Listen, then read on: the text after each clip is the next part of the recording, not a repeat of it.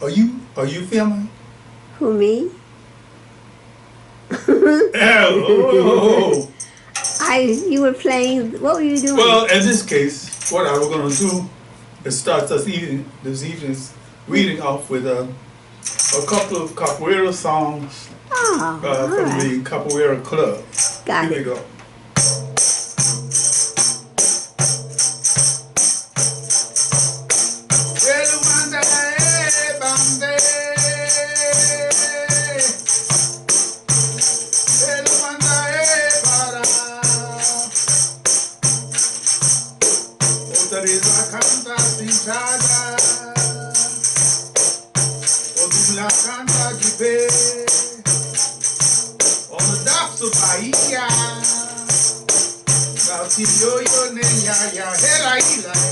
Oh, lele.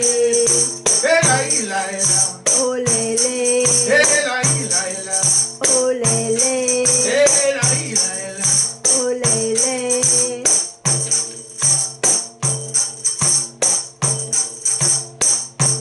What is the song? Bandera. Oh, sing, oh, now. Oh, sing, oh, now. Oh, sing, oh, now. Oh, sing. Oh, now. Now. Oh, sing, oh, now. Oh, sing, oh, now. Bible say, Dona Maria como Bible say.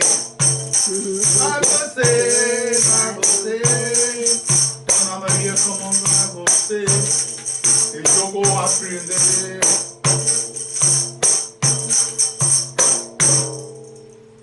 Yes. From capoeira to Shackles Across Time. Okay, well, we have to do something. Yes.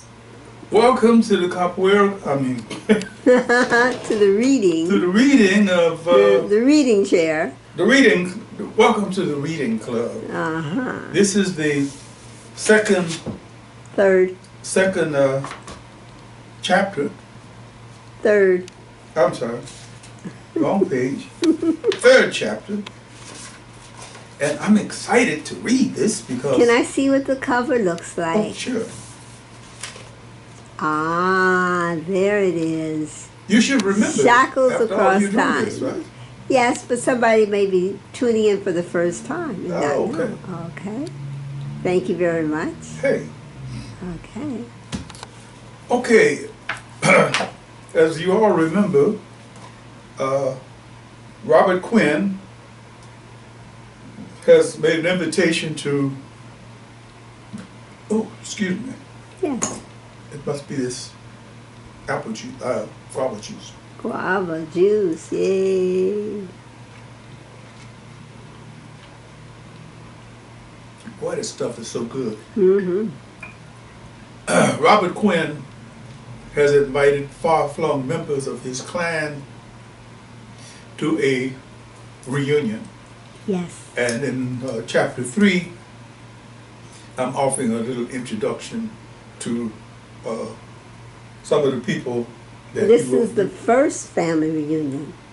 Yes. The first family reunion. First family reunion. That's an important one. Mm-hmm.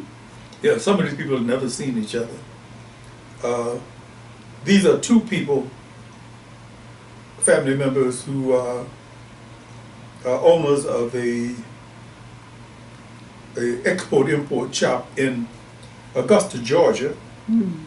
And the import-export place is called Afrika House. Mm. And this is Jessie Quarles and Francine Cole-Quarles. Okay. We're so excited about our trip, aren't we, honey? You bet your bippy we are. When are you leaving? End of the month. And where are you planning to go? To Accra, Ghana. Our son Sam was working for this program, you see. and marry this lovely Ghanaian girl, and we're going to see them. I told my husband, Bill, when we step off the plane, we should be dressed in proper attire. Didn't I tell you that, honey? Sure did. Would you like to see a picture of Sam, our son, and his wife? Francine Cole-Quarles, the co-owner of Afrika House, nodded enthusiastically, seriously taken in by the positive energy of the middle-aged white couple in the store. She watched the woman pull a large photo out of her purse as her husband leaned over her shoulder. She studied the photo. The woman was very dark complexioned, beautiful and beautifully pregnant. The man, the potential father, their son Sam, looked like Lyle Lovett.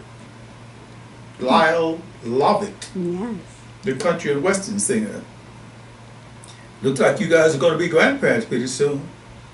They had to get married. You know what I'm saying? The white woman said in a low voice and winked salaciously. The husband coughed, concealing a sudden attack of shyness. Well, I'm sure they'll be very happy together. Now then, let's see what we can find for you folks to wear for your first trip to the motherland.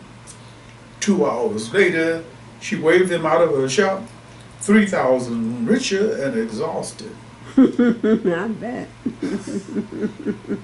Miss Quarles, honey, we certainly want to thank you for all the help you've given us. Mrs. Smith, Mr. Smith, it was my pleasure. No You folks go on over there and enjoy yourself, you hear? We sure enough intend to. Thank you, ma'am. Bye now. Francine Cole-Quarles slumped into her favorite zebra-eyed chair and smiled as she watched the Smiths' black chauffeur load their bundles of kente cloth caftans, dashiki, dum-dum drums, and throne stools into their limo-sized auto. Gorgeous spring day in Augusta, Georgia. Francine felt a strong case of spring fever creeping up on her.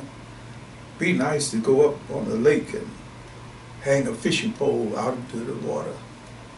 She sighed and brushed the thought aside. That's the price you have to pay for success. Success is spelled 2 well-stocked Afrika houses. All right, woman, quick, tell me what the smile means. Her smile surrendered to giggles and finally gave way to contagious laughter. Jessie Quarles stopped laughing with her after a couple of beats. What the hell am I laughing about? What are you laughing about? Jessie, I just had the funniest experience. Seems like it. This older white couple came in about 2 hours ago. White couple. That's right, white couple. Must have been in their late 60s, I'd imagine. And they wanted to buy some stuff to wear to visit their son in Ghana. Whoa, you're taking me too fast. Let me sit down and hear this. He sprawled beside her in the other zebra skin chair. Their son is married to an African woman. Oh, really? And they're so proud.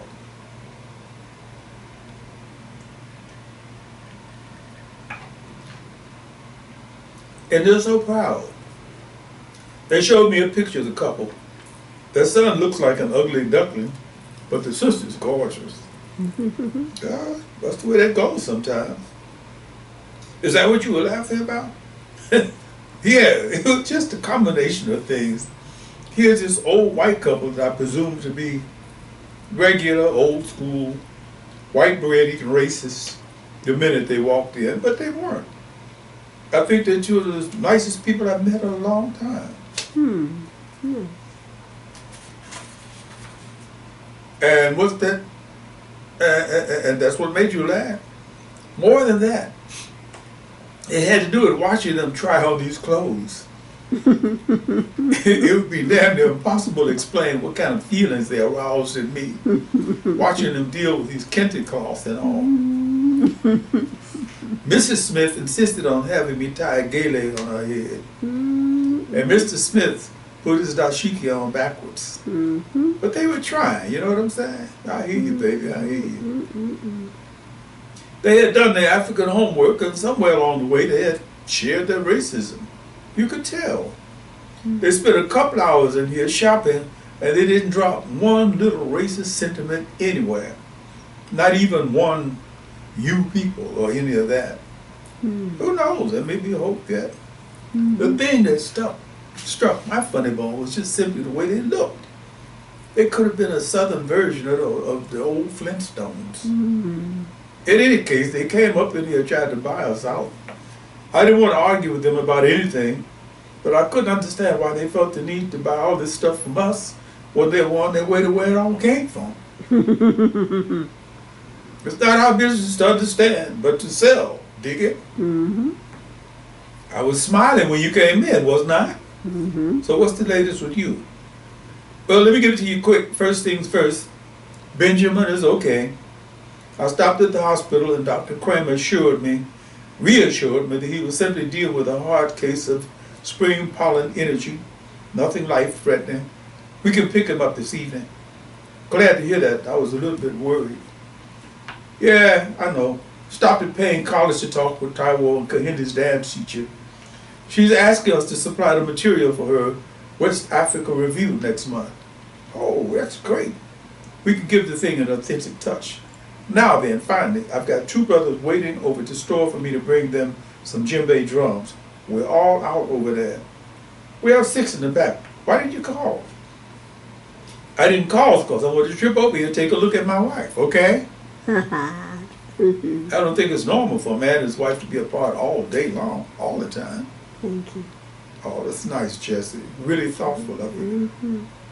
He darted to the rear storage area of the store to pull out the djembe drums and pecked a kiss on his wife's lips as he went back through the store.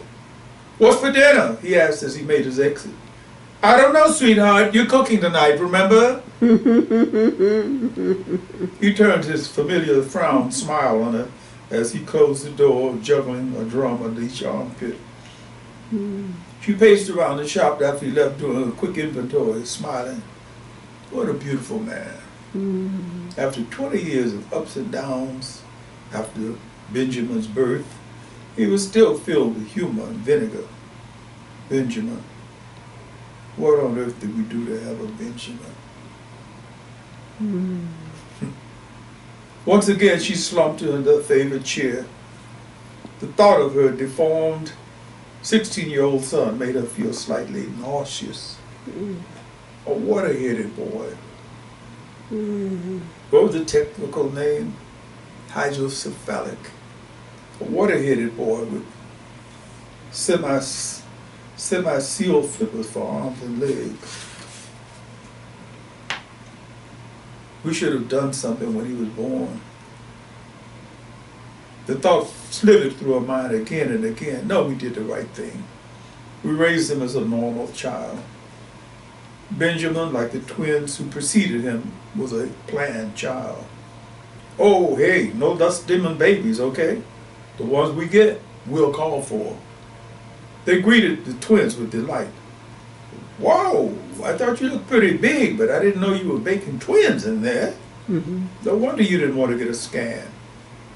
And then Benjamin. After the twins, he was a relatively simple birth. 2 hours of labor, the doctor leaned over her bed to give her the bad news. Mrs. Quarles, you haven't given birth to a normal baby. They made every effort to treat him normally, but it was impossible. People stared, whispered about his strange appearance, tried to avoid looking at him. Look at that, Mom. He looks like a seal. Shh! Benjamin couldn't walk normally on his flipper feet, so he half shuffled, half crawled. But despite his grotesque appearance, he had above average intelligence, was articulate and very sensitive about life. Why do people look down their noses at homeless people? If they gave them a place to live, they wouldn't be homeless. They had a warm family circle, but Benjamin was a burden because of the special care he needed. He was sick frequently, had a host of allergies, problems with his kidneys, was a borderline diabetic, and suffered from blinding migraine headaches.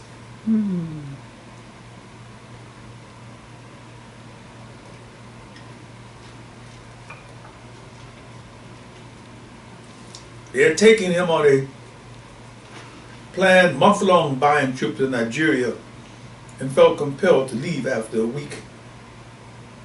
The Nigerians tossed coins at him in the Ibadan marketplace, refused to allow him to attend the performance of a popular entertainer, and had no proper facilities for the disabled in their hotels.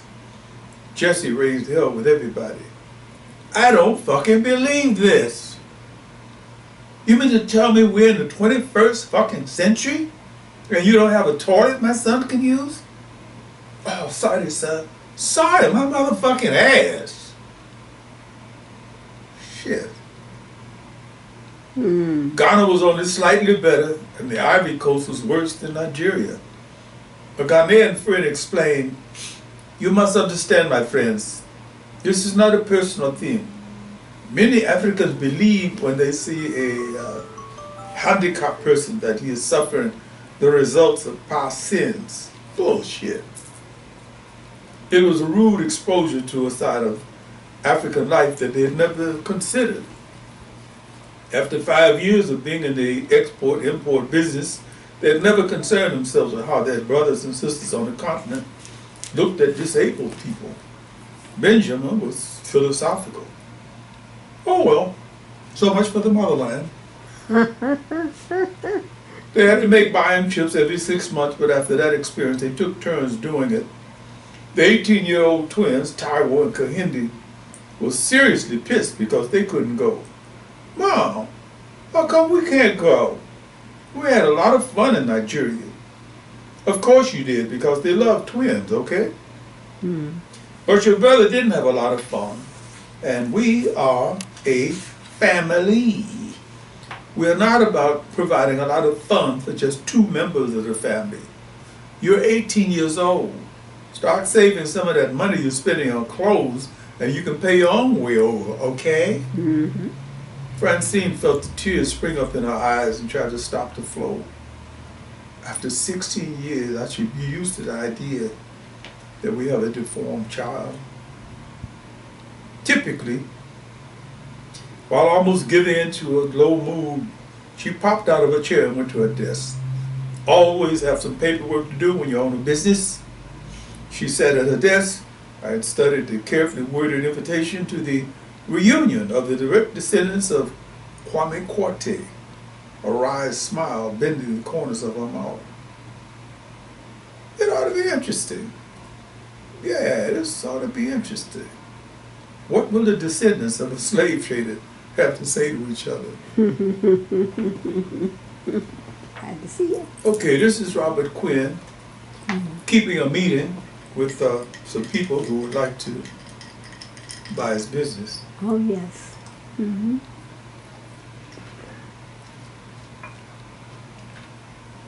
Remember Mrs. Sims Very reminding him that efficient. you have a Very efficient. Yeah. Rosa's Italian restaurant. Food like Mama used to make with the Morgan Group, a class establishment. The Morgan Group, a quartet of evil-minded characters, masterminded by a corporate pirate named Morgan. Ah, Mr. Quinn, so good to see you. How are you today, sir? Very good, Luigi, and yourself? I'm a happy man. My wife still to hate me after 15 years of marriage. Well, just remember, it could be worse.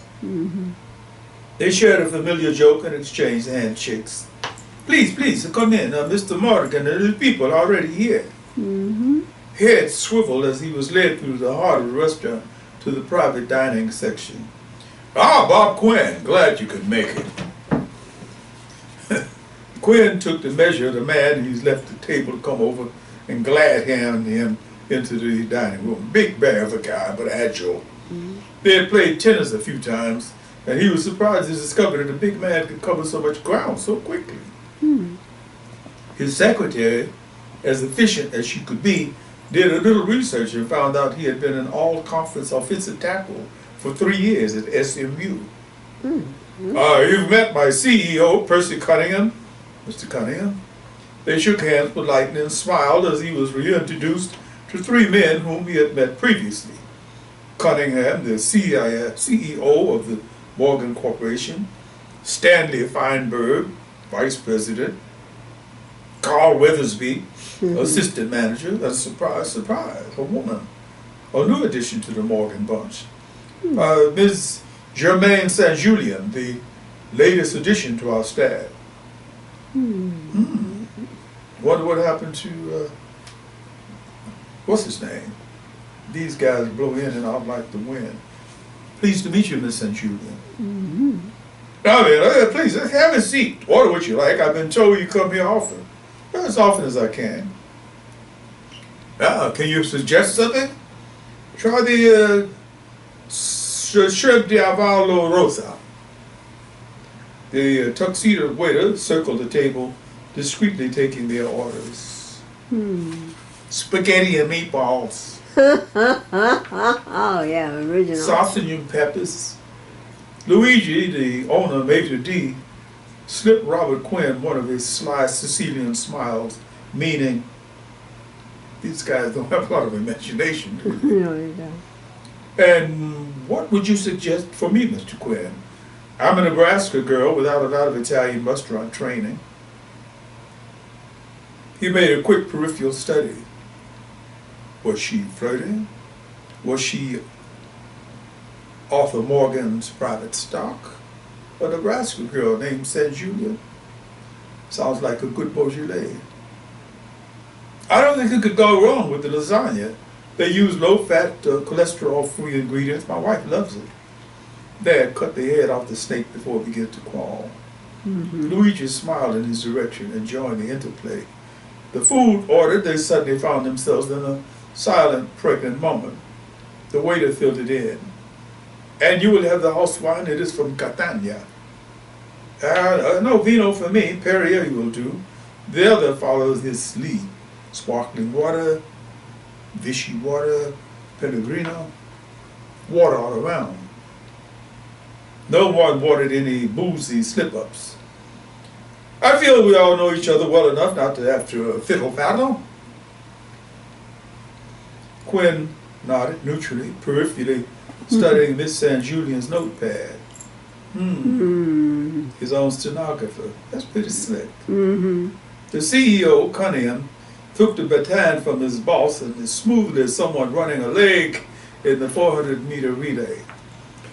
In our preliminary approaches to you, we discussed the feasibility of involving our group with your organization. The obvious benefits, we feel, will certainly enhance your profit table and expand the possibilities of your company's products.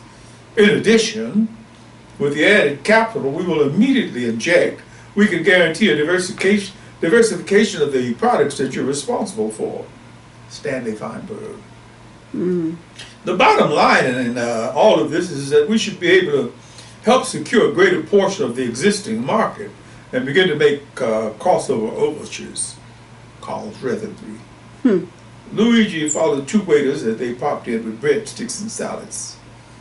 Mr. Quinn, your company has tremendous potential for future growth, which I'm sure you're quite well aware of. Robert Quinn followed their relay from face to face. The end of the relay found him back at the starting line with Big Arthur Morgan. Bob, what the hell can I say? You've got a marvelous little company that we think can be enlarged, developed internationally, and made much more profitable. He sipped his water meditatively. Damn, it would be great to have a glass of Valpolicella to shut these ugly, greedy corporate monsters out. I can certainly appreciate what you guys are saying, believe me, and I've given your comments a lot of thought. As you know, our company was built from scratch by Mrs. Quinn and myself, a sort of a couple-driven thing. They smiled benevolently. And we definitely like the options money can give you. The benevolent smiles brightened. But we're not into corporate greed. Oops. He felt something like a physical rush from them as their smiles disappeared and the vibes changed. The two waiters began bringing in the plates of food. Robert Quinn smiled slyly.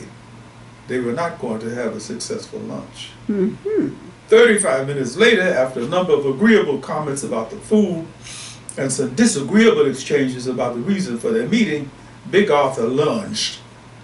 Bob, you know we could simply take over your organization if we wanted to.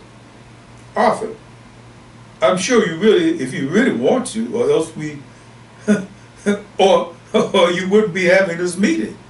Mm-hmm. However, I'd like to remind you that the only thing you'd be able to do is to take over my family and all the employees who own a share in our company. Frankly, I don't see any possible way that could happen. Mm-hmm. They came to the conclusion of their lunch with tiramisu, espresso, that I promised to do lunch again soon. Oh. Bob, I can't say that our meeting was outrageously productive, but the shrimp diavolo was super. Glad you enjoyed it. Mm-hmm. I'm sure we get together again. Once again, they shook hands, minus the fake smiles. Miss St. Julien, gentlemen, if you'll excuse me, I have to get back to my office. Sure, I know how it is. Arthur Morgan placed a ham-sized hand on his shoulder and strolled out of the restaurant with him. They stood at the curb waiting for the valet to bring Robert Quinn's Jaguar around. Oh, my. Of course he got a Jaguar. Of course. Blue Jag. Ooh, blue jag. All right. Tastefully blue. Bob, I think you're making a mistake. I'd like to have you give this matter a bit more thought. I think we could work something out. I'll do that off here. I'll give it a bit more thought, but I don't think it'll change my mind. Mm-hmm. He tipped the valet, hopped into his car, and eased away from the curb, leaving Arthur Morgan with a frown on his forehead. Bastards. They don't want to see black people with anything. The minute we start doing something positive for ourselves, they want to jump in and take it over. Bastards. Back inside the restaurant, the Morgan team looked slightly glum. They wanted to take over Quinn products and copy to play their version of Monopoly. The new guy on the Morgan team, Miss St. Julien, had let the cat out of the bag when she referred to their proposed takeover as ethnic expansion. Okay. Ethnic expansion. Mm-hmm. What the hell is that supposed to mean? Mm-mm. The car phone's distinctive buzzing pulled Robert Quinn out of his corporate war daydreaming. Robert Quinn speaking. Dad, this is Kofi. I'm calling you from UC Hospital. What's wrong? What happened? It's Bella. We had to bring her to the hospital. She took a bunch of pills and then how is she? She'll live. They pumped her stomach. UC Hospital? Yeah, emergency. See you in 10 minutes. Mm-hmm. He took note of where he was, Oakland State. Better hit the drive. Good, not much traffic. He shot into the on-ramp feeling anxious, pushing the Jag 10 miles over the speed limit, but calmed down after a couple of miles. What the hell am I breaking the speed limit for? He said she was okay. No, that's not what he said. She'll live, that's what he said, in a cool, neutral voice. He hated to admit it, but he felt that Bella was turning the family into a collection of jaded cynics. How many suicide attempts now? This is the third one in 18 months. Bella, why did you try to drown yourself, honey? I wasn't trying to drown myself. The lifeguard just didn't understand. I had lost my earring.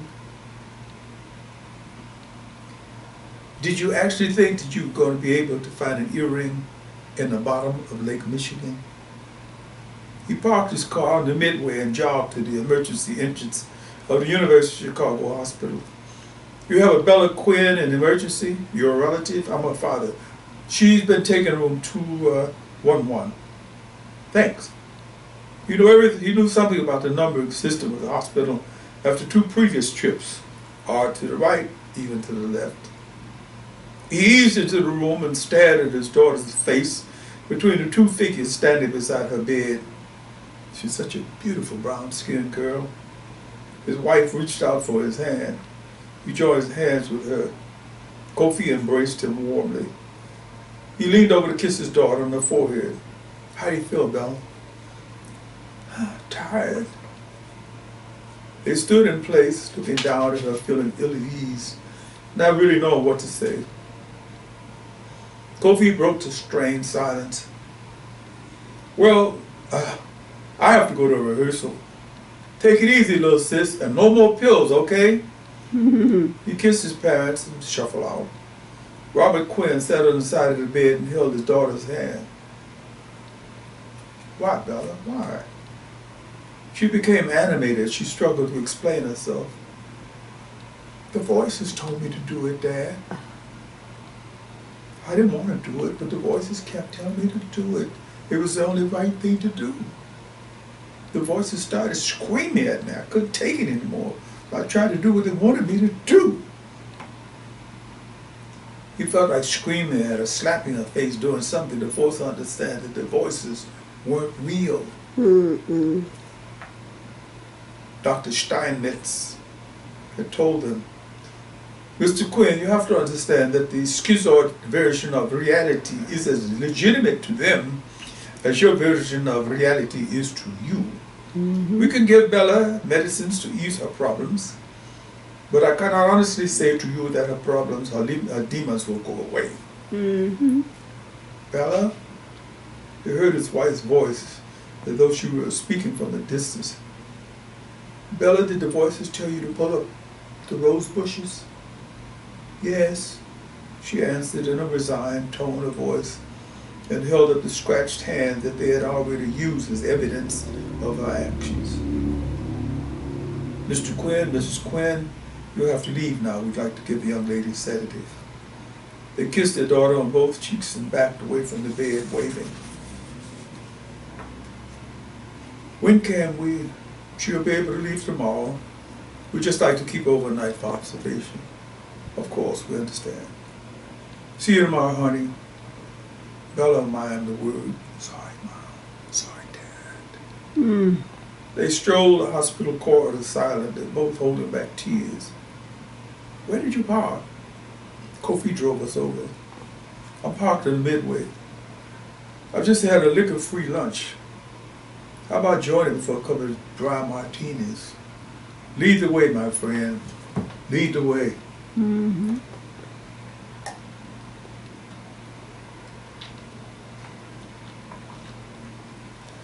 going on to chapter 4.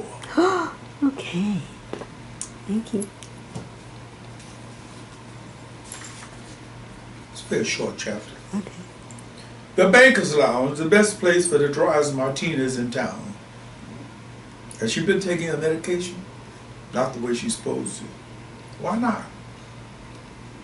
For the same reason you wouldn't want to shuffle around looking like a zombie all day long. Yeah, I guess you got a point there. Well, drink up and let's say the hell with it for now. Robert, don't forget you're driving. Not when we leave here, we're taking a cab. I'll call Mrs. Sims to have someone come over and drive the car home. That's clever. Let's have another one. Ask him to add another olive. I love olives. I know. 5 dry martinis later, for each of them, she lolled in the crevices of the left armpit, feeling maudlin. Robert, I love you so much. I really do. I guess. But I don't know what the hell to do with her. I really don't. I think I feel. They sipped their martinis. Parents, okay. Tipsy parents. Trying to block the unpleasant thought of Bella out of their minds. Robert, I have to place Bella in an institution. Institution? No, daughter, no way. Listen to me. We'll have to place our daughter in an institution, some kind of health facility. Now I didn't say something. We're going to have to place her in an environment where the people equipped to deal with her problems. I'm sorry, I can't cope anymore. Robert Quinn sipped his drink and stared into the distance, quietly resisting his wife's suggestion. She started crying, a soft flush of tears, unable to stop the flow. Robert, don't you see how unfair this situation is to all of us? To the boy, to you, to me, to Bella? She needs help, we can't give her. Can't you see that? He signals to the waitress for another round. Okay. Yeah, baby, I can see it. I've been seeing it for the past 10 years. Ever since she first began to show the first signs. They sipped their fresh martinis, calmly drunk, staring into each other's eyes. Well, why don't we put off the decision until after we have the reunion, okay?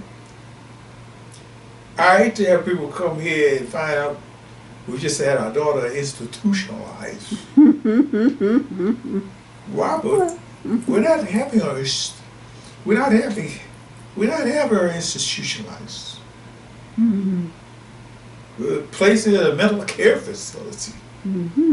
Whatever. Before we do anything, we ought to get Kofi and Kwame's opinions about this. They've already given their opinions. They're for it 100%. They feel bad about this, but that's the way we do. But what else can we do? Gwen took a long sip. Well, thank God we can afford it. Nymphomania, abnormal and uncontrollable desire by a woman for sexual intercourse. Nymphomaniac. Nympho. 16 years old. Why? Mary Quist Johnson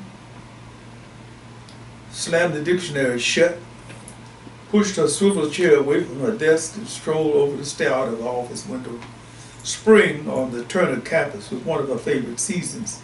The old man, as he was affectionately called by most of the faculty members and students, had studied the campus with dogwood and cherry trees, and they were blooming. She folded her arms across her breast and followed the clots of students moving from one area to another. Some on their way to classes, others paused for animated conversations. Young people. I bet there is a nymphomaniac in the bunch. A bitter smile creased her lips. Fucking. That's all she wants to do. Mom, would you please tell Tabula to stay out of my room? She came into my room last night and tried to get in the sack with me. So you finally got your turn, huh?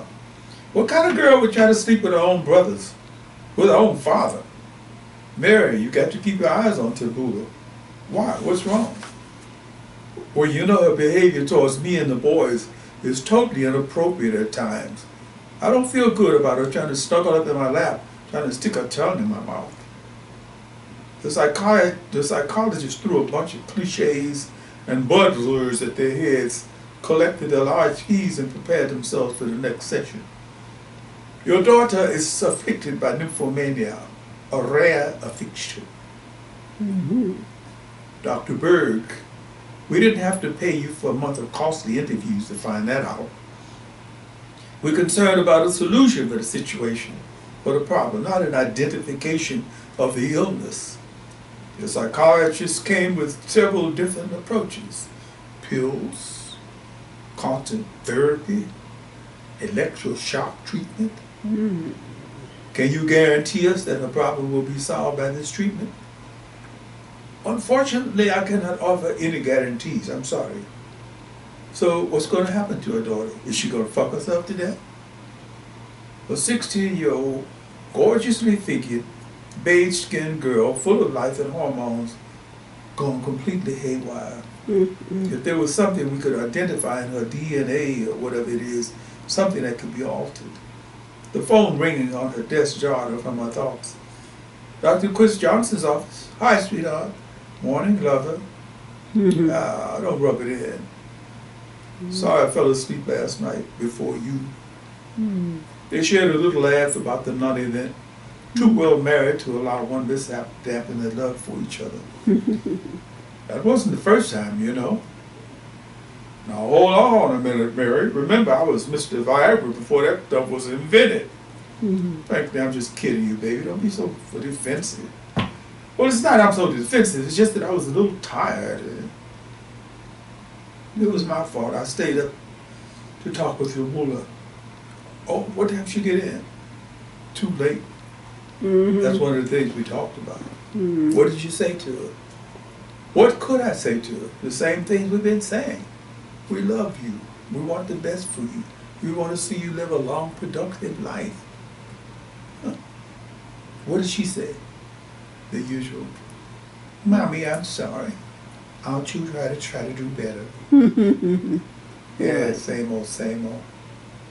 She took note of the strained tone in his voice. Well, aside from all that, what can I say? I've talked to Kojo and Kwame, and neither one of them wants to go to the reunion. Oh, no.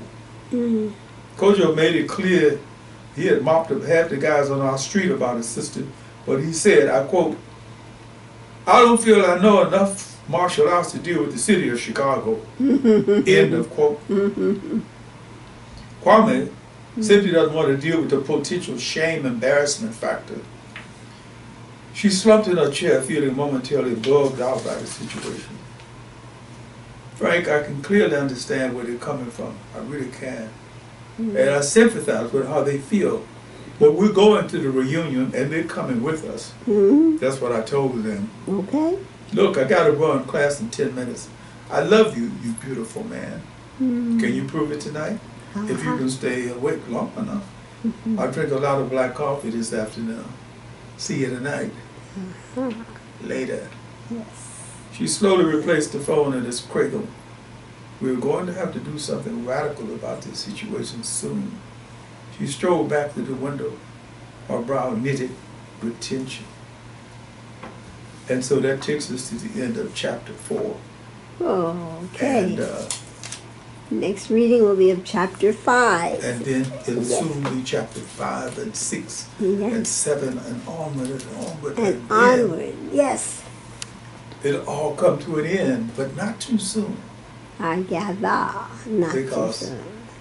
the plot thickens and the story goes on. Yes, there's mystery afoot. All right. Thank you, Odie Hawkins, for the reading of Shackles Across Time, chapters 3 and 4. Shackles Across Time can be purchased at Author House. Oh, you're talking about this book. Yes, sir. Okay. Can be purchased. I forgot my cue for a minute, forgive me. That's quite all right. Can be purchased at Author House, Amazon, Barnes & Noble, your local bookstore. Just go in and say, I want a copy of Shackles Across Time by Odie Hawkins. Website is www.odiehawkins.com, and he's also on the author's page of Amazon. Now, with that said, you can Google Odie Hawkins and see the many adventures of the man, author. And with One that, thing I'd like to add, if I could. yes, sir. Buy the book. Buy all of the books you can think of that were written by me. I think I have something like 35 now. But before you go and buy the book,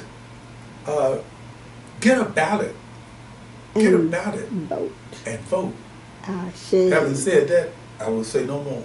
All right. With that, we will see you with the next reading of Shackles Across Time. Tomorrow night, I'm telling you, I'm going to be here. How about you? I'll be here too. I look forward to seeing you. Likewise, my dear. Likewise. I say. Namaste.